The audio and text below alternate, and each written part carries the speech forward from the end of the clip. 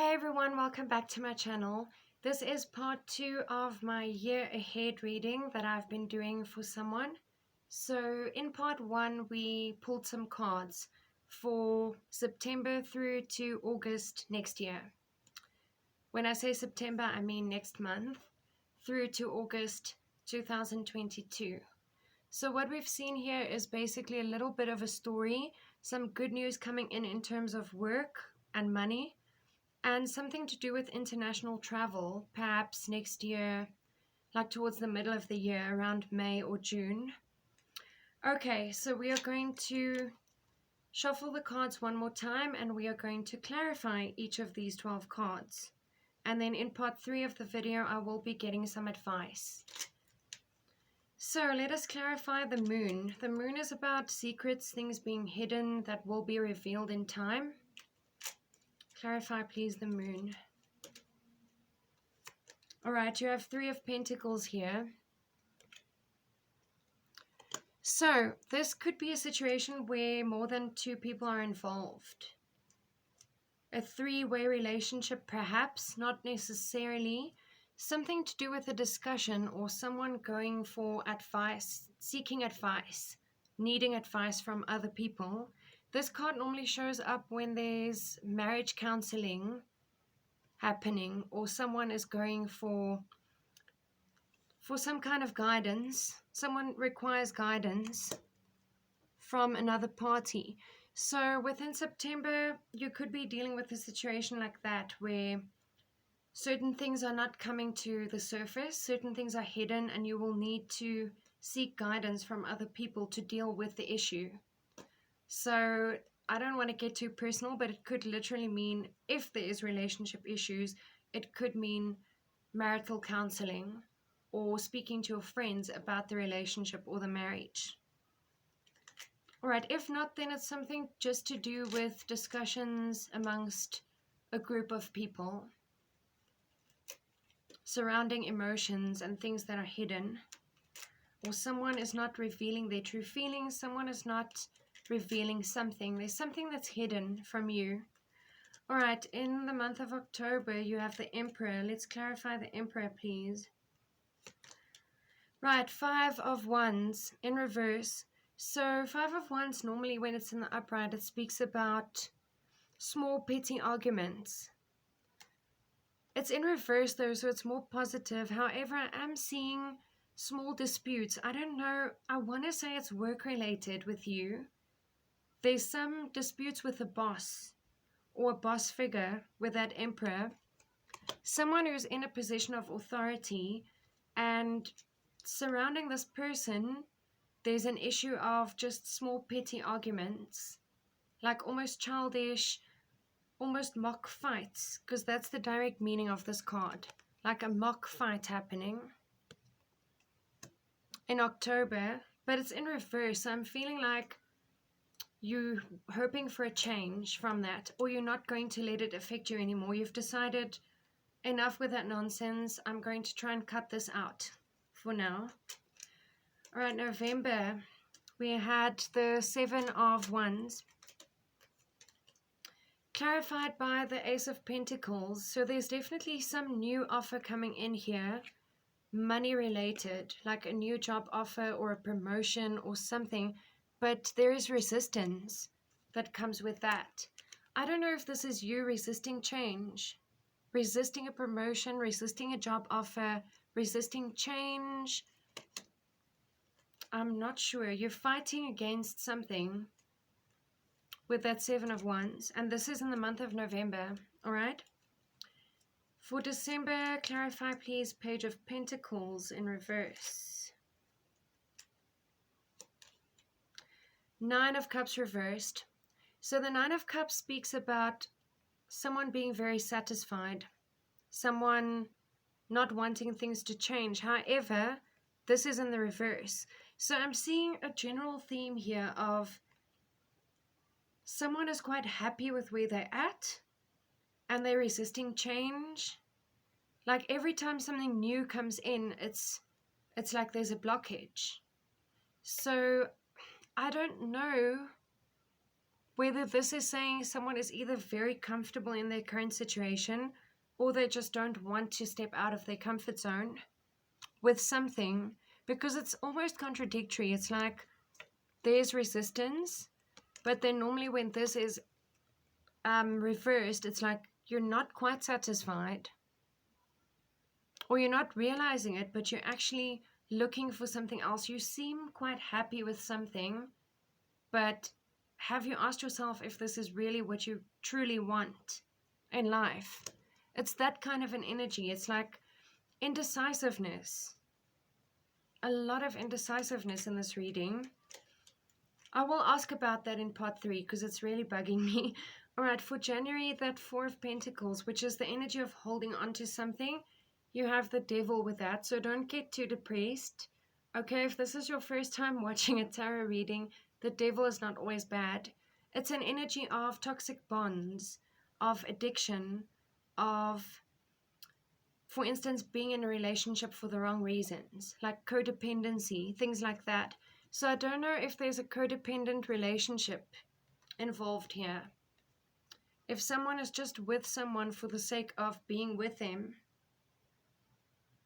These cards normally show up in like a marriage of convenience sort of thing. I don't know. I sincerely hope it is not the case. But it's like someone is very possessive, very controlling. And it's kind of like a toxic situation. Could even be a work situation. It doesn't need to mean a marriage, okay? It could mean that your work environment is very toxic and that someone, for instance, doesn't want to let you go. Someone could be possessive over you, not wanting you to leave the job. It's like you're not entirely happy, but you can't leave. Do you understand? Okay, for February, we had that 4 of Wands reversed. It's clarified by the Queen of Wands. So I don't know the star sign or the zodiac sign of your partner, your wife, but this is a fire sign person or someone who's very fiery, someone who's very passionate. Could be a fire sign, Aries, Leo, or Sagittarius, or someone who's just very ambitious, driven, motivated, someone who likes taking action. Like I said, it came with that 1111 card. So it's like maybe someone is getting married or there's an anniversary, but there's something to do with a marriage. And then a person who's very fiery, very passionate. Okay, March. Clarify, please. King of Swords for March. Okay, Queen of Cups. So there is definitely a connection here. There's talks of a connection. It's like one person is very emotional and the other person is very detached. Like I said, this person, this air person, swords, they can come across as being a little bit aloof. Whereas the cups energy is water energy, and it's someone who's very emotional, someone who's sensitive, someone who's caring. That is the month of March. There will be some type of a connection where it's like maybe there's a miscommunication of some kind because someone is very emotional and someone is not emotional at all. So just be aware of that in the month of March. Right, for April you have the 9 of Wands.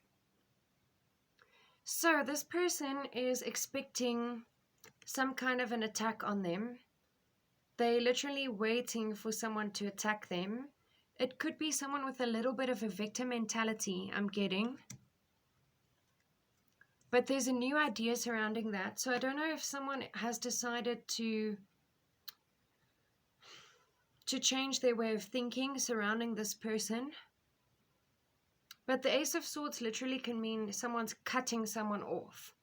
Because there's a new beginning and someone is cutting someone off.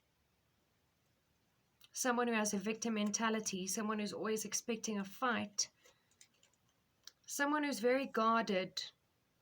Could be someone who's had bad relationships in the past and they're just guarding their heart because they don't want to get hurt again.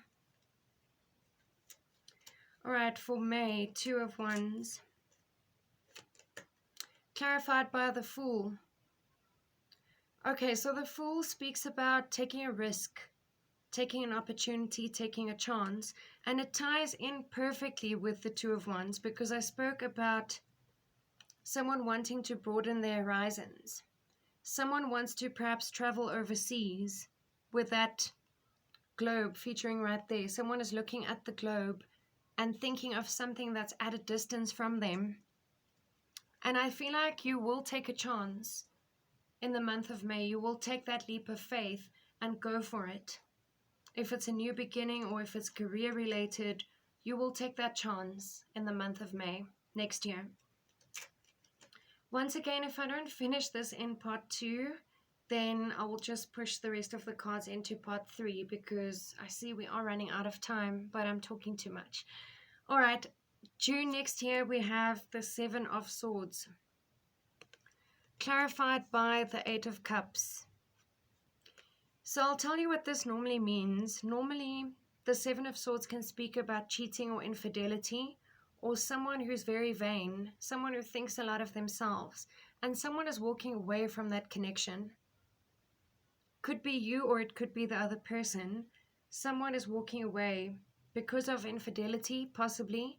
And please note, this doesn't mean cheating with another person. It could be someone's cheating with their work, or they're spending too much time on social media, or they're too preoccupied with a hobby and they're kind of neglecting their marriage. Something like that. It's not necessarily another person involved. Alright, for July, 10 of Swords reversed goes with the Hanged Man.